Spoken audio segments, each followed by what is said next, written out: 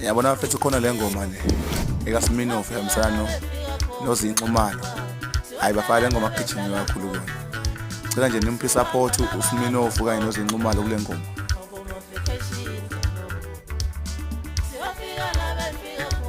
Yayizwa nje lokishilo.